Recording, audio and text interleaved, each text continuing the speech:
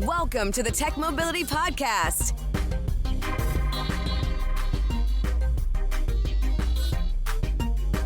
I'm Ken Chester. On the agenda, Duolingo to replace contract workers with AI, the logistics of Made in America, and secret radio stations. To add your voice to the conversation, be it to ask a question, share an opinion, or suggest an idea for future discussion, call or text the Tech Mobility Hotline. That number, 872-222-9793, or you can email the show directly, talk@techmobility.show.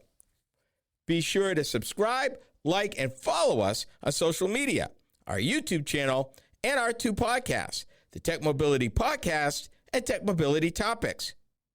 You can also find me on Substack as part of the Iowa Writers Collaborative, and you can reach me there at Ken C. Iowa. So that's Ken, the letter C, and Iowa spelled out I-O-W-A. From the Tech Mobility News Desk, what if I told you that an automaker has developed a paint that can absorb solar energy and turn it into electricity? What would you say to that? This article comes from one of the automotive pieces that I subscribe to, and it says, and I quote, Mercedes solar paint could give EVs thousands of miles of range every year. We talked about hydrogen. We've talked about fuel cells. We've talked about the challenges of EV batteries. And up to recently, we've kind of nibbled at the edges of solar panels on cars. And up till now, solar panels gave incremental power, but not so much that it would even be a game changer, not so much that it would extend the range, kind of just enough to maybe power some auxiliary, like a heater or a radio or something like that from time to time, but nothing really earth-shattering till now.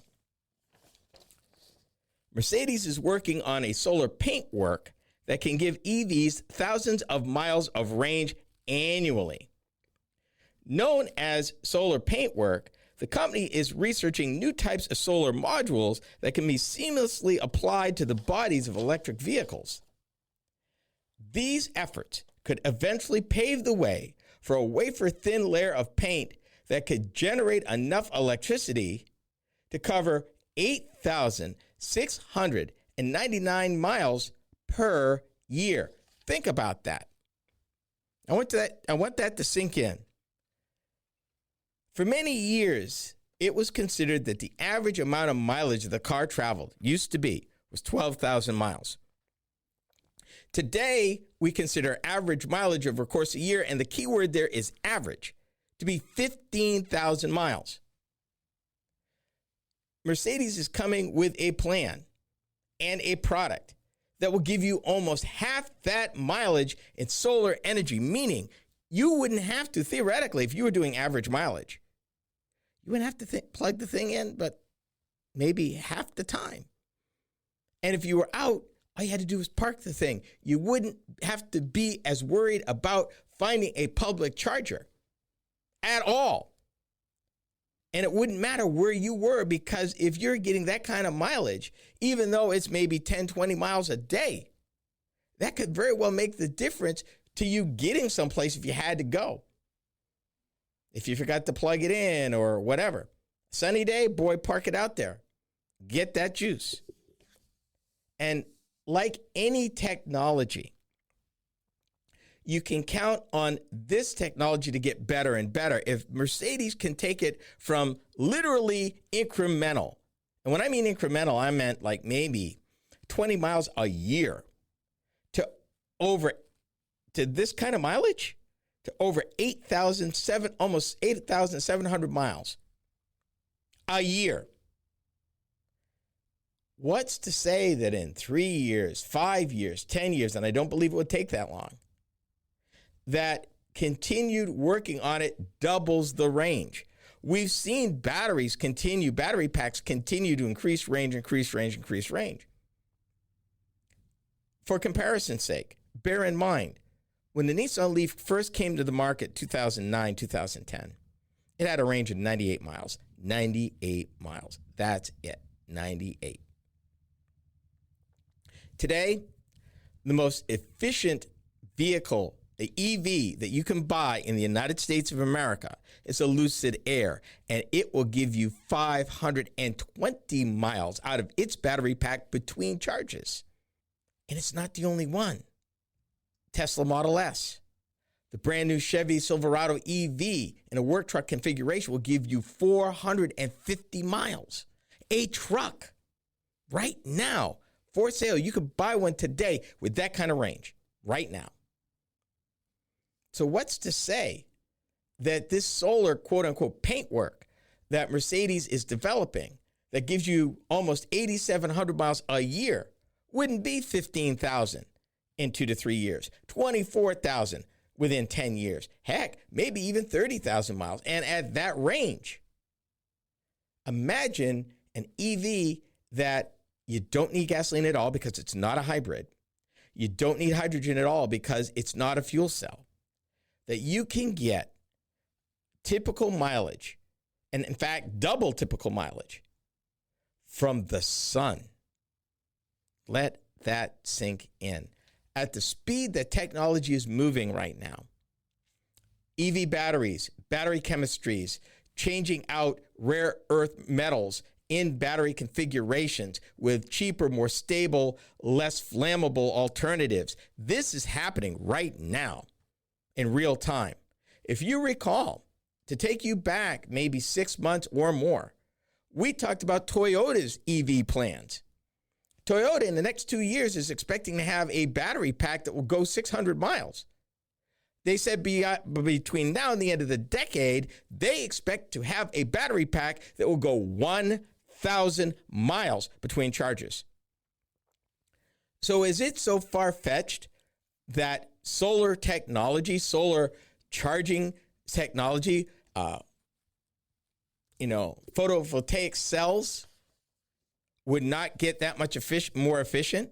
Because right now, the average cell has a 30% efficiency. Imagine if they increased it to 50%, 60% efficiency.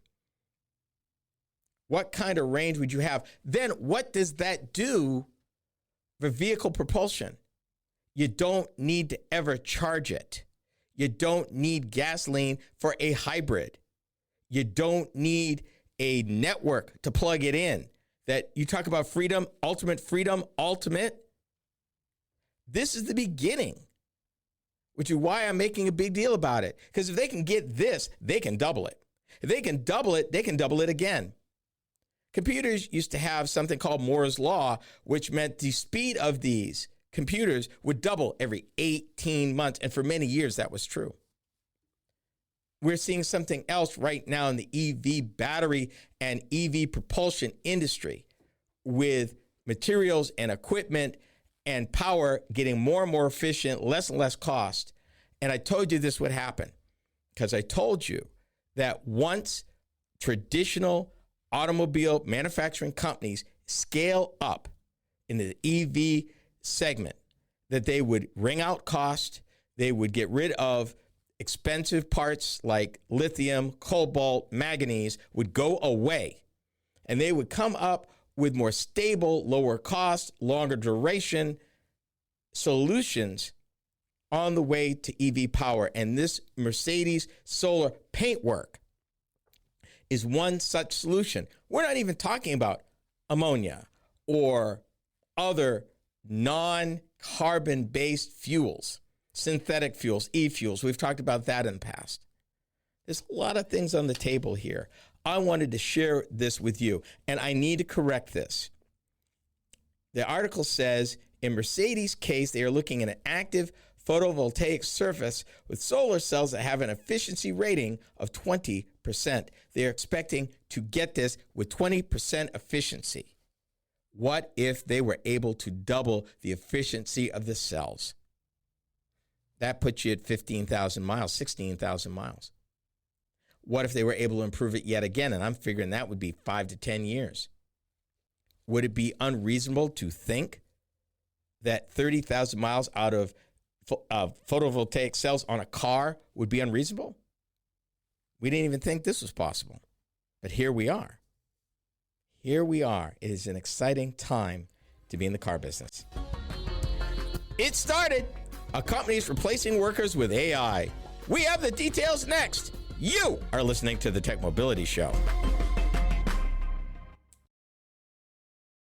Are you tired of juggling multiple apps and platforms for meetings, webinars, and staying connected? Look no further than AONmeetings.com, the all-in-one browser-based platform that does it all. With AON Meetings, you can effortlessly communicate with clients, host virtual meetings and webinars, and stay in touch with family and friends, all in one place and for one price. Here's the best part. You can enjoy a 30-day free trial. It's time to simplify your life and boost your productivity. AONmeetings.com, where innovation meets connection. Get started today and revolutionize the way you communicate. Social media is the main place to be these days, and we are no exception. I'm Ken Chester, the Tech Mobility Show. If you enjoy my program, then you will also enjoy my weekly Facebook videos. From my latest vehicle reviews to timely commentary of a variety of mobility and technology-related topics, these short features are designed to inform and delight you. Be sure to watch, like, and follow us on Facebook. You can find us by typing the Tech Mobility Show in the search bar. Be sure to subscribe to our Facebook page. Social media is the place to be these days, and we're no exception. I'm Ken Chester of the Tech Mobility Show. If you enjoy my program, then you will also enjoy my weekly Instagram videos. From the latest vehicle reviews to timely commentary on a variety of mobility and technology-related topics, these short features are designed to inform and delight you. Be sure to watch, like, and follow us on Instagram. You can find us by typing the Tech Mobility Show in the search bar. For those of you that listen to podcasts, we have just the one for you. Hi, I'm Ken Chester. Tech Mobility Topics is a podcast where I upload topic-specific videos each week. Shorter than the full show, these bite-sized programs are just the thing, particularly if you're interested in a particular topic covered on the weekly radio show. From Apple Podcast to iHeartRadio and many podcast platforms in between, we got you covered. Just enter Tech Mobility Topics in the search bar wherever you listen to podcasts.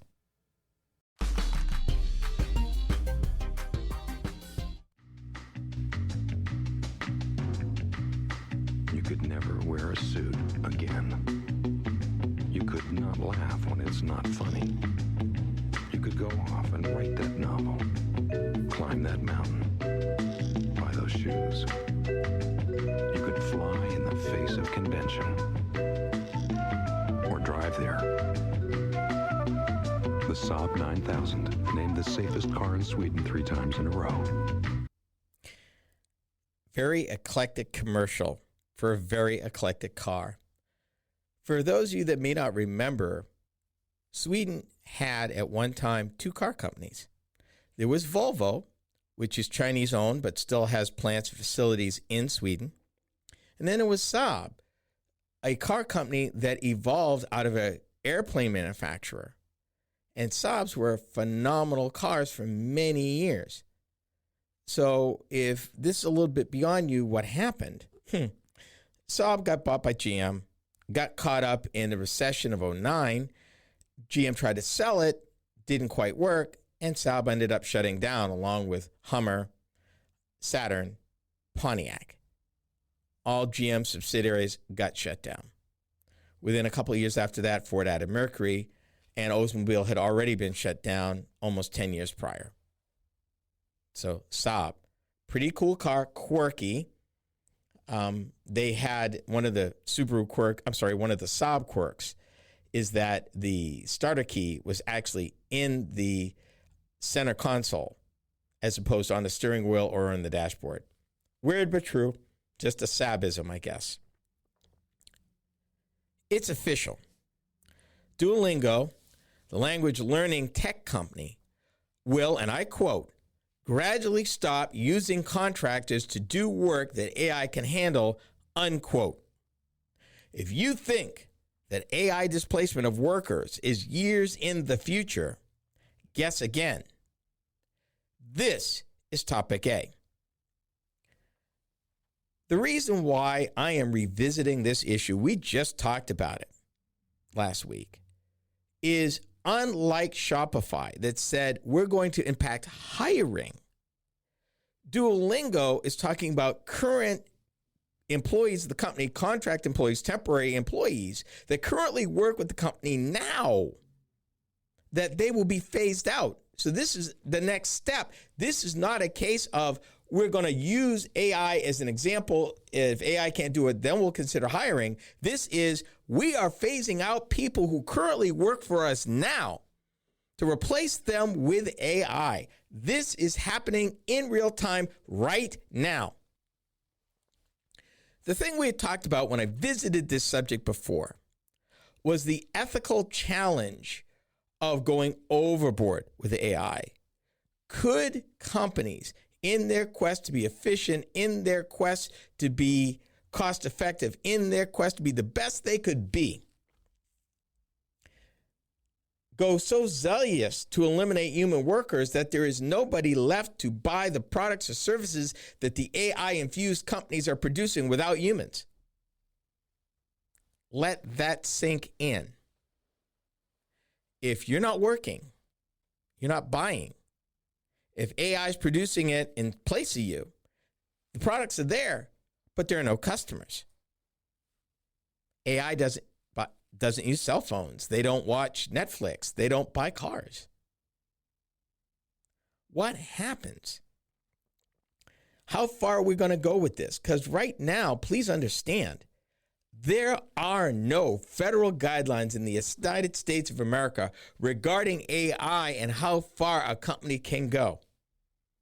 We reported here maybe now 2 years ago about Radio GPT, and I bring it up again because a particular company, a particular radio chain, shall remain nameless, at one of their stations in Oregon a few years ago, launched it with radio talent, and it was replacing the talent theoretically, according to the company, so that free up the talent to do other stuff and face, and public stuff. But people and any radio professional will tell you right now that is not how radio works. Right now, we are in the midst of a reduction in force across big and small stations. The big deal with the writer's strike a couple of years ago in Hollywood was the use of AI to do their jobs. Will AI replace them? That was their major concern. And anybody who creates content, anybody who crunches numbers, that's accountants and engineers and planners and all sorts of middle management folk, marketing people. Unlike previous automation initiatives down through the years, which were mainly factory-based and really were a benefit because they improved productivity, but allowed workers not to have to do the heavy, dangerous stuff that they used to have to do. Now they were freed from that. Welding, painting, things that were dangerous that would consume your life or end you up in the hospital over time. Most of that's automated now. That's one thing. What we're talking about now is what used to be called middle class, middle management, tech support or technological. The stuff that you went to school for, the things that you were educated for, your ability now, your very knowledge is at stake because AI can process way more than you can make a variety of suggestions, plans of action in real time. And unlike us, it may take us hours. AI will do it in seconds with the right prompts. And even now, they talked about prompt engineers in another article. Even that's going away because you don't need to do that anymore. Here's what Duolingo's chief, the CEO, said that was very chilling, I thought. He said that being AI first means the company will need to rethink much of how we work. And this is the part that makes me nervous, that, quote, making minor tweaks to systems designed for humans won't get us there. Making minor tweaks to systems designed for humans won't get us there. Meaning that they're going to rethink everything. And if they're rethinking for a system that doesn't need vacation time, sick time, doesn't have to be paid overtime, can crank this stuff out so many ways in seconds. Now, I'll give you an example, full disclosure. When I post my podcasting information, one of the services that I use has something called AI Copilot. Now, it does not write my text, and it does not produce content per se, but it does take the program, summarize it, and gives a transcript, unprompted, in literally seconds, plus some other suggestions. But it's based on what I've already written, and it's based on what I've already produced. So it's helpful for that. Could I take it to the next level and do the whole show? From what I understand, that is quite possible. In my voice, with my likeness, in my tone and cadence. That's how far AI has come. Duolingo may very well be the canary in the coal mine. And we need to do something about it. We need protection, legislation, so that there's some guidelines. And not everybody's standing in the unemployment line thanks to AI. While it's true domestic auto plants have excess capacity, moving production to America is complicated. This is the Tech Mobility Show.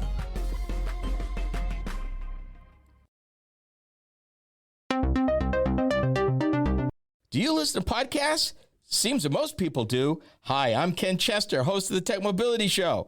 If you missed any of our weekly episodes on the radio, our podcast is a great way to listen. You can find the Tech Mobility Podcast just about anywhere you can enjoy podcasts. Be sure to follow us. From Apple Podcasts, iHeartRadio, and many platforms in between, we are there. Just enter the Tech Mobility Podcast in the search bar wherever you listen to podcasts. Social media. It's the place to be, and we're no exception. Hi, I'm Ken Chester, host of the Tech Mobility Show. Several times a week, I post to TikTok several of the topics that I cover on my weekly radio show. It's another way to keep up on mobility, technology, news, and information. I've built quite a library of short videos for your viewing pleasure, so be sure to watch, like, and subscribe. That's the Tech Mobility Show on TikTok. Check it out.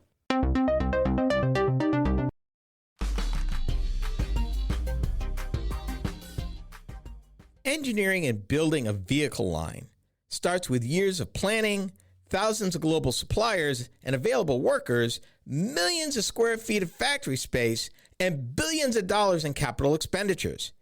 It takes years to bring a new factory online, assuming you have the people and the engineering staff to run the factory. It's not something that automotive companies do quickly or on a whim. There are financial and logistical concerns that must be taken into consideration, often over a large number of years. We're talking about the logistics of the American auto industry. This is topic B. All right, let's start with the obvious. I know you have heard news stories that said there is excess capacity in the American auto industry right now. And you're thinking in your mind probably, well, if there's excess capacity, they can easily move product in from overseas to build here in America right now. No. Here's the challenge. Let me back you up a little bit and tell you what I've been telling you for years about the American auto industry. Well, actually, the global auto industry. I'm not going to just pin this on America. Let's start with the obvious. There are reasons, people, why certain vehicles, parts, and equipment are not manufactured in the United States of America. Because the automakers, with their hundreds, if not thousands of suppliers and thousands of parts to go into every vehicle they make, has to be made a financial business case for that whole program. And in order to do that, these folks fight over tenths of a cent per unit built. That is how laser focused they are every single job. Why? Because the average automobile assembly plant has an output straight time of 250,000 units. Let me give an example. If they were to change one part or one process that added $1 a unit, that's $250,000 a year. Right there, that's $1. Things get big real quick in the auto industry because they scale.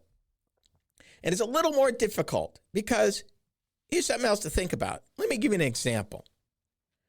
Major auto manufacturer has a plant, let's say in the Midwest. They're building, we'll make it easy, they're building a particular size SUV for their market, and they're building it at volume. So they're running 250,000 plus with overtime right now. To support that plant, you've got a supplier park of suppliers from around the world and something called just-in-time inventory.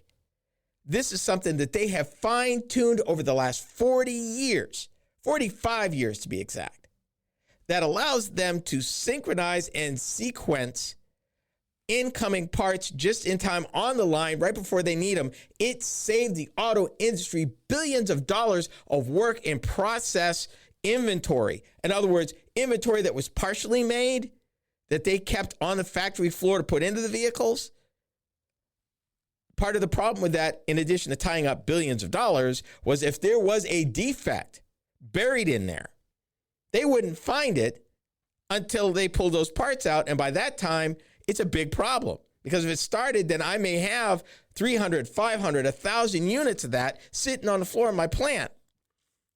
With just in time, I know the minute it shows up if it's a problem, and I can correct it right then. That increases quality, proves everything. The average automobile program has 2,000 to 3,000 suppliers globally. The average automobile assembly plant employs anywhere from 2,500 to 5,000 people. You've got trucking companies deliver this stuff, rail companies deliver this stuff, steel companies, all of that has to be coordinated. There are logistics companies that do nothing but sequence all of this material for delivery to the plant in real time. It's not that easy. And if the vehicle I'm building overseas is a different vehicle family than the plant where I have available capacity, I can't do that. And there are other reasons why this plant may look underutilized. I may have, or in my plans, an unannounced vehicle replacement for 2 years, 3 years, 5 years out. One, that requires negotiation with the union. 2, I got to line up all my suppliers. 3, there is some proprietary information. I don't want everybody knowing this just yet, because I'm trying to get a head start on the marketplace. So I may want to keep it under wraps as long as possible. It's not that easy. And let's just say, for example, everything is right. Will I be able in that community to hire the 200, 300, 400 more workers I need to train to bring that plant up to speed for the added capacity? The problem we're seeing in the United States in some factories is they can't get enough people that they need with certain skill sets to run the plant. It's a little more complicated than that. And then, like I said, the suppliers. Do the suppliers in the supplier park serving this plant have the added capacity? Because most of those suppliers don't just serve one company. They may be running their plants in certain different lines to serve 2 or 3 different automakers. Now you're coming and saying, gee, hey, wow, I want to increase output in this plant by 50,000 units a year. Do you realize that could take, depending on what the part is, depending on where the plant is, and everything else, that could take 2 to 3 years? Literally could. It's not that easy. And honestly, because these are businesses, this is capitalism, folks, they're looking at the numbers. And they're looking at the long-term numbers. Because any money they invest now, they're looking at a 10, 15, 20-year payback. They're not looking at the next 3 years, 4 years. They got to look long-term. Is it worth to our global business to disrupt it, to move this back? Now, if I'm building something similar on the same platform in another plant overseas, that might be possible. But even that's 6 months to a year, and that's assuming everything goes right. And that's assuming my suppliers can step up. Because there are other issues too, because you've signed contracts guaranteeing the supplier a certain volume, up or down. And there's a little bit of latitude. But these suppliers are in an industry where they're playing close to the vest. Their markup, their profit isn't that big. And they did their business plan based on volume. So now you want to up the volume. That changes things. If I'm running a supplier plant serving 3 different manufacturers and I'm running at a 98% efficiency, I'm running everything hard, and you're coming and said, okay, I need to increase this order by 1/4. How soon can you do it? That's a whole nother issue. Because now either I got to spend the money to expand my plant, hoping that your contract is solid, and that's millions of dollars, plus hire the people, order the equipment, that's lead time. No guarantees there. And to be blunt with you, in this day and time, if I was going to build in the United States right now, I'd automate that plant as much as possible. Because I got to make my return on the money. And automation and AI, I hate to say it, is the only way to go right now. If you're going to spend that kind of money, you need to get that turnaround. You need to make it profitable. You can't stay at a loss just to say made in America. Doesn't make economic sense for anybody. So we'll see. But it's way more complicated than you're hearing. There are secret radio stations nationwide that are legal and perform a valuable service. Yet most people have never heard of them. We are the Tech Mobility Show. To learn more about the Tech Mobility Show, start by visiting our website. Hi, I'm Ken Chester, host of the Tech Mobility Show. The website is a treasure trove of information about me and the show, as well as where to find it on the radio across the country. Keep up with the happenings at the Tech Mobility Show by visiting techmobility.show. That's techmobility.show. You can also drop us a line at talk@techmobility.show. Did you know that Tech Mobility has a YouTube channel? Hi, I'm Ken Chester, host of the Tech Mobility Show. Each week, I upload a few short videos of some of the hot topics that I cover during my weekly radio program. I've designed these videos to be informative and entertaining. It's another way to keep up on current mobility and technology news and information. Be sure to watch, like, and subscribe to my channel. That's the Tech Mobility Show on YouTube. Check it out. Are you tired of juggling multiple apps and platforms for meetings, webinars, and staying connected? Look no further than aonmeetings.com, the all-in-one browser-based platform that does it all. With AON Meetings, you can effortlessly communicate with clients, host virtual meetings and webinars, and stay in touch with family and friends, all in one place and for one price. Here's the best part. You can enjoy a 30-day free trial. It's time to simplify your life and boost your productivity. aonmeetings.com, where innovation meets connection. Get started today and revolutionize the way you communicate. Social media is the place to be these days, and we're no exception. I'm Ken Chester of the Tech Mobility Show. If you enjoy my program, then you will also enjoy my weekly Instagram videos. From the latest vehicle reviews to timely commentary on a variety of mobility and technology-related topics, these short features are designed to inform and delight you. Be sure to watch, like, and follow us on Instagram. You can find us by typing the Tech Mobility Show in the search bar.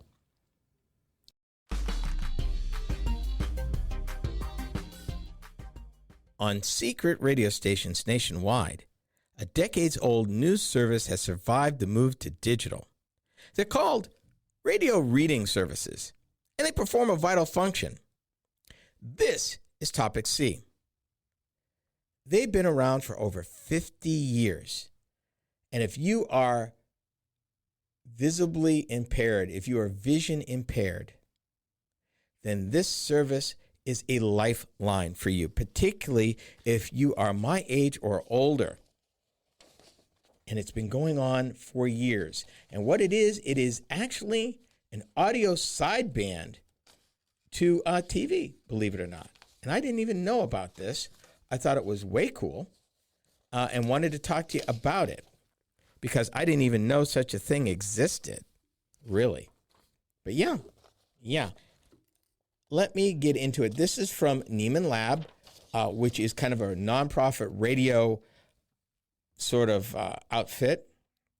And their point is, local news is declining and AI is on the rise, but an old school form of accessibility exists. Little perspective. Let me help you. When color television arrived in the United States, and this is about 60 years ago, It was quite literally transformed the way we saw the world. It's a product of many technological breakthroughs, but one most relevant to this story here is what they call the sideband or subcarrier, which is a modulated radio wave that can, in essence, carry more information on the same frequency. Color TV worked by sending a black and white picture in the main band of frequency and a color picture in the sideband. The two bands would then be recombined in the tubes of color TV. Radio reading services work on the same premise, except instead of pictures, they transmit a radio broadcast. Where color TV brought more vibrant pictures in the living rooms around the country, radio reading services, which are also known as audio information services, have almost the opposite audience.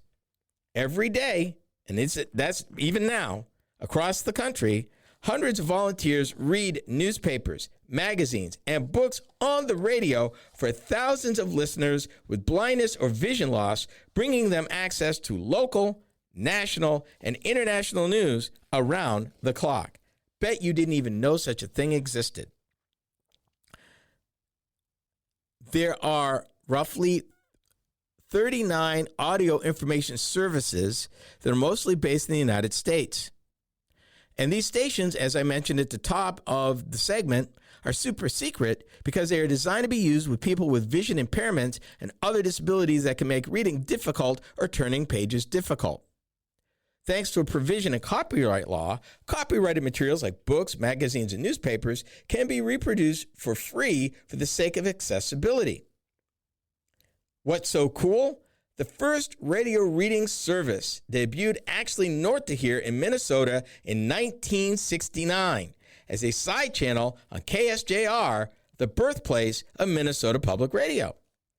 That first radio talking book schedule included 2 hours in the Minneapolis Tribune newspaper in the morning and 2 hours of the St. Paul Dispatch in the evening, with readings from magazines and books in the intervening hours.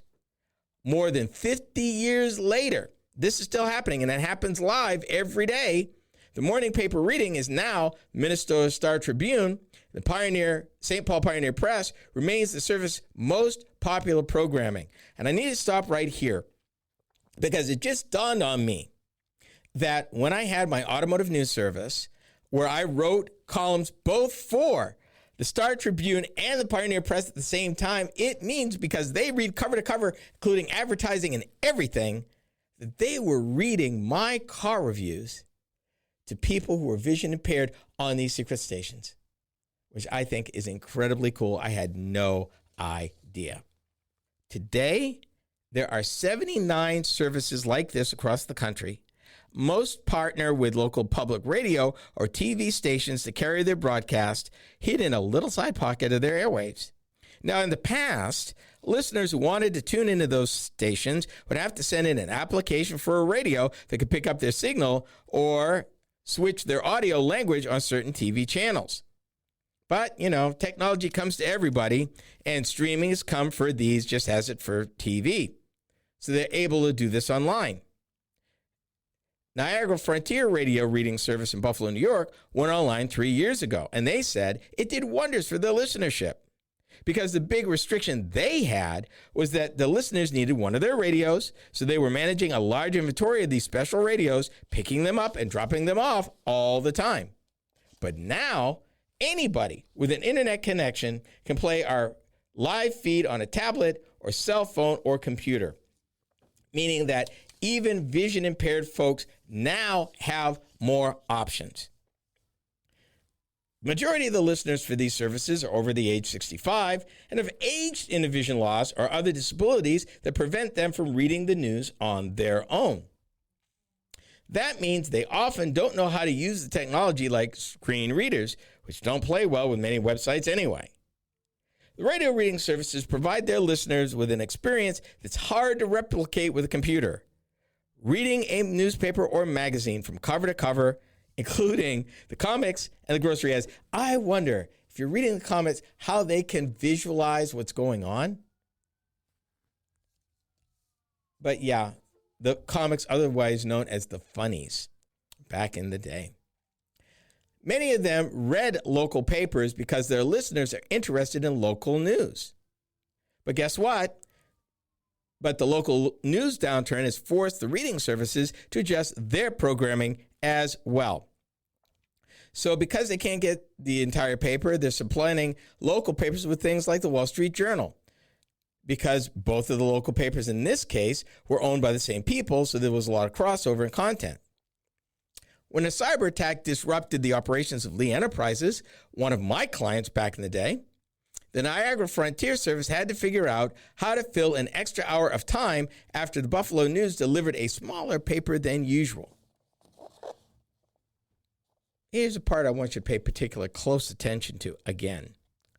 For many people, here's the underline, especially in rural areas with poor internet access, the reading services, radio and TV broadcasts are essential lifelines to the outside world. And for some folks, some of the services even allow people to listen by dialing a phone number. Can you imagine being so far in the country with no internet service at all that is the only way you can get it, that you can't even get a broadcast signal? There are some parts in the United States that are that remote. And for these people, this is the only way they get their news. Through something you didn't even know existed before. A radio reading service, also manned by volunteers, I might add. None of this, they do not get paid to do this, none of them. And like everybody else, they've been struggling to raise money. But it's a worthy service, and it's a worthy activity, and it's something that they're very passionate about. And I can totally understand why.